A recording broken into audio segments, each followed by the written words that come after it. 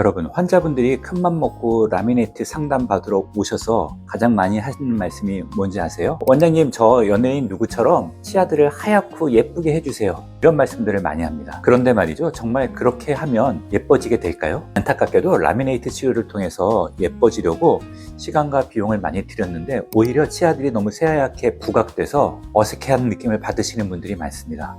그래서 이런 어색한 라미네이트 치료를 어떻게든 또 자연스러운 치료를 하기 위해서 저를 찾아오시는 분들이 생각보다 정말 많거든요. 그래서 오늘 제가 이 영상을 찍기로 결심을 하게 됐습니다. 원장님, 이거 하고 나서요, 나중에 라미네이트가 깨지거나 떨어지는 거 아닌가요?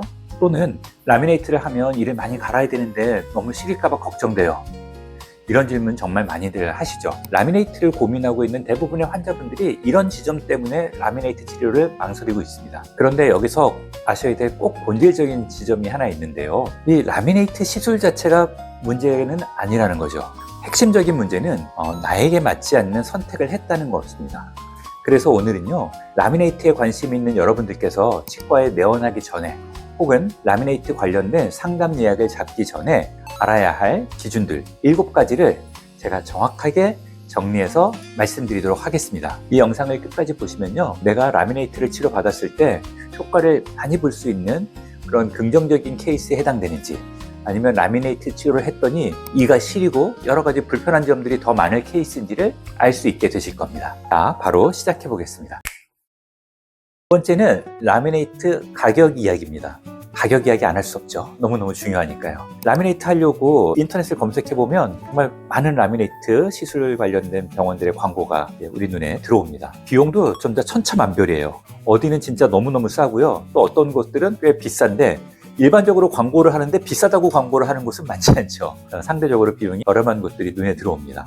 근데 뭐 저렴하다고 나쁘다는 건 아닙니다만, 저렴한 것들은 사실은 제작하는 과정에서 아주 수준 높은 기공 과정이 생략될 가능성들이 좀 높다는 것은 아시면 좋겠습니다. 라미네이트를 제작할 때 이걸 찍어내는 방식으로 라미네이트를 제작하게 됐을 때는 본연의 치아가 갖고 있던 투명도와 그 미묘한 색상들, 그리고 그 치아의 결, 이런 것들을 재현해내기가 굉장히 어렵습니다. 그리고 무삭제 라미네이트를 하면서 치아 삭제를 안 하고 하기 때문에 두께감을 최소화하려면 이건 정말 아주 경험이 많은 치과 기공사의 손기술의 결과물이라고 저는 생각하거든요. 한마디로 말하면 진짜 이거 어떻게 보면 예술작품 같은 거예요. 따라서 이거는 대량 생산할 수 있는 그런 시술은 안 되는 거죠. 이런 것들을 고려해 봤을 때 너무 저렴한 비용의 라미네이트라고 했을 때는 그런 결과들이 담보되기 어려울 수도 있다라는 점들은 한번 생각해 보시면 좋겠고요. 너무 또 높은 비용은 상대적으로 부담이 많이 되잖아요. 라미네이트가 뭐 하나 두 개 하는 게 아니라 여러 개를 하는 거니까. 그러니까 그런 것들을 잘 고려하셔가지고 어느 정도 비용과 시술 이후의 결과에 대한 만족도가 다 같이 만족할 수 있는 곳을 찾으시면 좋겠습니다. 라미네이트 시술의 그 결과물의 만족도는 사실 가격에서 나오는다기보다는요, 이게 의료진과 기공사가 그 치아를 어떻게 설계하고 디자인하느냐, 이거는 진짜 라미네이트 시술할 때, 그리고 그 라미네이트의 디자인, 또 라미네이트를 직접 그 디자인한 대로 제작해오는 그 과정에서 얼마나 의료진과 기공사 간의 소통이 제대로 되어 있는지, 또 이런 보이지 않는 과정들이 다 합해져서 심미적인 최종 결과물이 나온다고 생각하고 있습니다. 단순히 한 개당 얼마, 이런 비용에 우리가 매몰되지 않으셨으면 좋겠고, 그리고 이후에 이걸 얼마나 또 꼼꼼하게 사후 AS를 해주고 그 내구성을 책임질 수 있는가, 이런 부분들까지 저는 가격적인 부분에 다 포함되어 있다고 생각을 하는 거거든요. 그래서 지금 당장 라미네이트 시술을 받을 때 비용이 싼 것만을 생각하신다고 했을 때는 나중에 오히려 이게 만족하지 못해서 재시술을 받게 될 가능성도 높다라는 걸 염두에 두시고 재시술로 인한 비용까지 생각을 하시면서 전체적인 결정을 내리시는 게 저는 현명하다고 생각을 합니다. 자, 그리고 세 번째는요, 제가 라미네이트 시술을 설명드리면서 가장 강조해 드리는 부분입니다. 바로 자연스러움입니다. 많은 분들이요, 무조건 내 치아를 하얗고 예쁘고 가지런하게 일자로 만들어주세요, 이렇게 얘기를 하시는데요, 그게 예쁘다고 생각하시는 것 같아요. 그런데 그게 본인이 생각하기에는 예쁘다고 볼 수는 있지만요, 일상생활에 나가면 그게 굉장히 어색하고 부자연스러워 보일 수 있다는 점들을 아셔야 됩니다. 치아들은 하나의 색으로 통일돼서 만들어지는 게 아니라요, 색들이 가운데 앞니, 그 옆에 있는 작은 앞니, 또 그 옆에 있는 송곳니로 가면서 색들이 미세하게 조금씩 더 어두워지는 경향이 있습니다. 투명도도 좀 달라지고요. 그리고 이런 부분들은 환자분의 피부의 결이나 톤, 그리고 이 환자분의 라이프 스타일 등을 고려해서 결정해야 됩니다. 이걸 연예인들을 따라서 무조건 하얗고 눈에 띄게 인위적으로 만드는 건 그렇게 자연스럽지 않거든요. 예전에 한 15년, 20년 전에는 라미네이트를 하얗게 하는 게 유행이었습니다. 근데 그때 하셨던 분들이 시간이 지나니까 그렇게 하얗던 치아들이 약간 촌스러워 보이고 어색하다라는 표현을 하시는 거예요. 그래서 그것 때문에 재치료를 받으러 오시는 분들이 있거든요. 따라서 우리 라미네이트하고 뭐 1, 2년 쓸 게 아니라 길게는 뭐 10년, 15년, 20년 써야 된다고 보면 최대한 자연스럽게 만드는 게 더 좋다고 저는 생각을 합니다. 치아 디자인은요, 단순히 치아만 봐서는 안 됩니다. 웃을 때 입술 라인이 어떻게 움직이는지, 얼굴의 전체적인 대칭은 또 어떤지, 피부톤과 눈동자는 또 어떤 색을 가지고 있는지, 이런 것들을 다 고려해야 되겠죠. 본인 치아색이 어두운데 너무 치아만 새하얘? 그러면 치아들이 어두운 피부색에 더 대조되면서 되게 어색함이 강조되겠죠. 이런 것들을 피하는 걸 추천드립니다. 그래서 진짜 잘 치료된 라미네이트는요, 주변 사람들이 봤을 때 잘 모르는 거예요. 너 뭔가 인상이 되게 깨끗해지고 좋아졌는데 뭐 했어? 잘 모르겠네? 이런 얘기 듣는 게 좋은 라미네이트 시술인 거죠. 얼굴과 입술 그리고 치아의 비율들이 조화롭게 나타날 때 저는 좋은 결과가 나타난다고 생각합니다. 자, 두 번째는요, 요즘 정말 핫한 무삭제 라미네이트에 대한 환상입니다. 무삭제 라미네이트 광고가 정말 인터넷상에 많이 눈에 띄는데요. 광고를 보면 와, 치아를 진짜 하나도 안 깎고 내 치아 위에다가 라미네이트를 착 얹어서 내 삐뚤빼뚤한 치아가, 혹은 또 치아색이 어두운 치아들이 한 번에 확 하고 바뀌니까 이건 진짜 환상적으로 느껴질 수 있는데요. 하지만 제가 냉정하게 말씀드리겠습니다. 무삭제 라미네이트, 진짜 치아를 하나도 깎지 않는 라미네이트를 할 수 있는 분들은 매우 드뭅니다.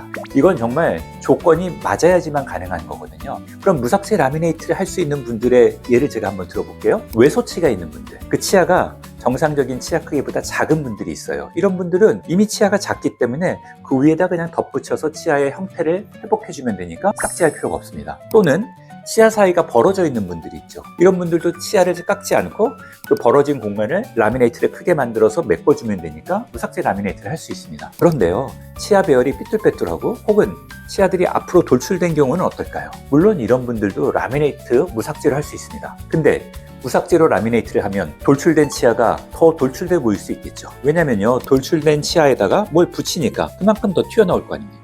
게다가 치아가 고르지 못한 배열을 가지고 있는 분들한테도 무삭제로 라미네이트를 붙이면 그 치아 배열이 평평하게 만들 수는 있지만 굉장히 튀어나온 채로 만들어지겠죠. 따라서 개인의 치아 상태와 또 치아의 형태, 이런 것들을 저희가 보고 어느 정도는 삭제를 할 수밖에 없는 겁니다. 환자의 치아 배열이 아주 이상적이라면 삭제 없이 당연히 무삭제로 할 수 있는데 대부분의 그런 수 있는 분들은 많지 않다는 거죠. 그래서 선택적으로 튀어나온 부분들을 일정 부분 최소한 하면서 삭제를 해야 되는 경우들이 현실상에서는 대부분이라는 거죠. 따라서 무삭제 라미네이트를 고려하시는 분들은요, 나는 치아 삭제가 절대 안 돼, 이렇게 마음을 단단히 먹는 것보다는요, 유연하게 내 치아 배열이 고르지 못하니까 튀어나온 부분들의 치아들은 일정 부분 치아 삭제할 수 있다라고 생각하시는 게 좋습니다. 그리고요, 사람들마다 치아 형태를 보면요, 가장 바깥쪽에 있는 범낭질의 두께들이 조금씩 다르거든요. 치아 크기가 크냐 작냐에 따라서도 영향이 있고요. 따라서 삭제를 할 때도 가능한 한 이 범낭질 층 안에서 삭제가 이루어지는 게 좋습니다. 그러니까 이가 많이 돌출된 분들은 삭제를 통해서 상아질이 노출되면 이가 좀 시릴 수가 있죠. 물론 라미네이트로 덮어놓으면 시리지 않겠지만 나중에 라미네이트가 떨어지거나 라미네이트가 파절됐을 때는 많이 깎였던 부분들이 더 많이 시릴 수 있다는 점도 알고 계시면 좋겠습니다. 그래서요, 여러분들께서 치과 가서 상담 받으실 때 내 치아의 배열 상태와 내 치아 형태들을 최대한 고려해서 가장 자연스럽게 라미네이트를 만들 수 있으면서도 내 치아의 구조물들을 최대한 보존적으로 유지할 수 있는 그 절충점이 어딘지를 찾아내는 게 굉장히 중요한 포인트입니다. 그래서 이런 부분들을 자세히 설명해 주실 수 있는 치과 원장님을 만나셔서 라미네이트 시술을 받는 게 좋겠습니다. 첫 번째로 가장 많이 하는 오해 중에 하나가 이거죠. 앞니가 튀어나오거나 삐뚤빼뚤한데 라미네이트 치료를 해서 이거를 가지런하고 고르게 만들 수 있지 않을까? 라는 생각입니다. 결론부터 말씀드리면 이거는 치아 배열의 구조적인 문제인지 아니면 치아의 형태적인 문제인지를 먼저 구분하실 필요가 있습니다. 제가 예를 들어 볼게요. 우리가 집 인테리어를 한다고 생각을 해볼게요. 벽지 색이 마음에 안 들면 도배만 다시 하면 되겠죠. 아니면 욕실이나 부엌에 타일 같은 거를 바꿔서 전체적인 분위기를 바꿀 수 있습니다. 근데 구조를 바꾸고 싶을 때가 있잖아요. 벽을 확장한다거나 철거한다거나 중문을 만든다거나 이런 문제들을 할 때는 우리가 구조를 바꿔야 되는 문제죠. 이렇게 구조를 바꿔야 되는 문제를 가지고 있는 치아 배열의 경우에는 라미네이트를 해서는 그 구조가 바뀌어지기가 어렵습니다. 라미네이트는 마치 리모델링 할 때 벽지나 타일 같은 그런 개념이라고 생각하시면 좋겠어요. 오히려 교정은 이제 구조를 바꾸는 거죠. 집안에 뭐 창문을 단다거나 중문을 설치하거나 아니면 벽을 확장하거나 이런 관점입니다. 따라서 내 치아 배열이 삐뚤빼뚤하고 많이 틀어져 있고 돌출돼 있다고 하면 이건 단순히 치아의 형태나 색상, 디자인의 문제가 아니기 때문에 치아 배열의 구조적인 부분을 바꿔야 됩니다. 이런 경우에는 교정 치료가 필요하겠죠. 근데 이런데 교정 치료 없이 구조적 문제를 해결하지 않고 형태적인 문제로 이 구조적인 문제를 해결하려고 하면 어떻게 되겠습니까? 치아 삭제량이 늘어날 수밖에 없는 거예요. 튀어나온 부분들을 다 깎아야 되고요. 안쪽에 들어가 있던 부분에는 라미네이트가 두껍게 만들어지고 공간도 없으니까 정상적인 치아 형태와 비율들을 갖출 수가 없는 거죠. 이렇게 되면 심리적으로도 치료 후 결과가 만족스럽지 않고 치아를 틀어진 부분들을 다 깎아서 삭제해야 되니까 라미네이트 시술 후에 이가 많이 시리거나 혹은 여러 개의 치아를 신경치료해야 됩니다. 경우에 따라서는 이를 뽑게 되는 경우도 있죠. 그래서 여러분들께서 거울을 보시고 본인 치아가 내 치아 위치가 많이 틀어져 있고 돌출되어 있는 이런 느낌을 받으신다면, 그리고 그게 치아의 위치에 관련된 문제라고 어느 정도 판단이 서신다면 교정 치료를 먼저 받는 게 필요할 수 있겠구나, 이렇게 기억하시면 되겠습니다. 물론 케이스에 따라서는요, 부분 교정을 해서 치아들을 빠르게 살짝 완벽하진 않더라도 어느 정도 가지런하게 만들고 라미네이트 시술을 할 수도 있겠죠. 그러나 많은 경우에 있어서는 교정 치료 없이 라미네이트만 진행했을 때는 이를 많이 깎아야 되기 때문에 나는 교정은 무조건 안 하고 라미네이트로만 이걸 해결할 거야 라는 생각은 장기적인 치아를 보존하는 관점에서 봤을 때는 추천드리기 어려운 방법입니다. 마지막 7번째입니다. 이거는 내 선택의 기준을 점검해야 하는 분들인데요. 제가 라미네이트 상담을 하면서 좀 걱정되는 분들이 있습니다. 애초에 치과에 오시면서 본인이 치료 계획을 다 이렇게 만들어 오시는 분들이 있어요. 선생님, 저 몇 개 할 거고요. 형태는 어떻게 하고 이렇게 만들어주세요. 색상은 이렇게. 그게 나쁜 건 아니죠. 그게 당연히 환자분으로서 요청하실 수 있는 반대, 그게 본인한테 잘 어울리는가 어울리지 않는가의 문제가 하나가 있고요. 또 그게 아래 치아 배열과의 교합이라는 동적인 맞물림의 과정에서 그것이 과연 실현 가능한가의 문제가 있습니다. 그러다 보니까 그런 것들이 가능한지 아닌지를 저는 이제 환자분들에게 진솔하게 말씀을 드리고, 어떻게 이걸 설계하고 어떻게 이 라미네이트를 디자인해서 교합 과정 내에서 안정적으로 유지될 수 있게끔 해드리는 제안을 저희가 해드리는 건데, 이럴 때 본인의 의견을 너무 많이 강조하시면은 저희가 항상 할 때마다 형태나 디자인을 잡을 때 제약이 생기는 경우들이 많더라고요. 또 어떤 분들은 디자인이나 치료의 질도 중요하다고 당연히 여기시지만 가격을 최우선으로 두시는 분들도 있거든요.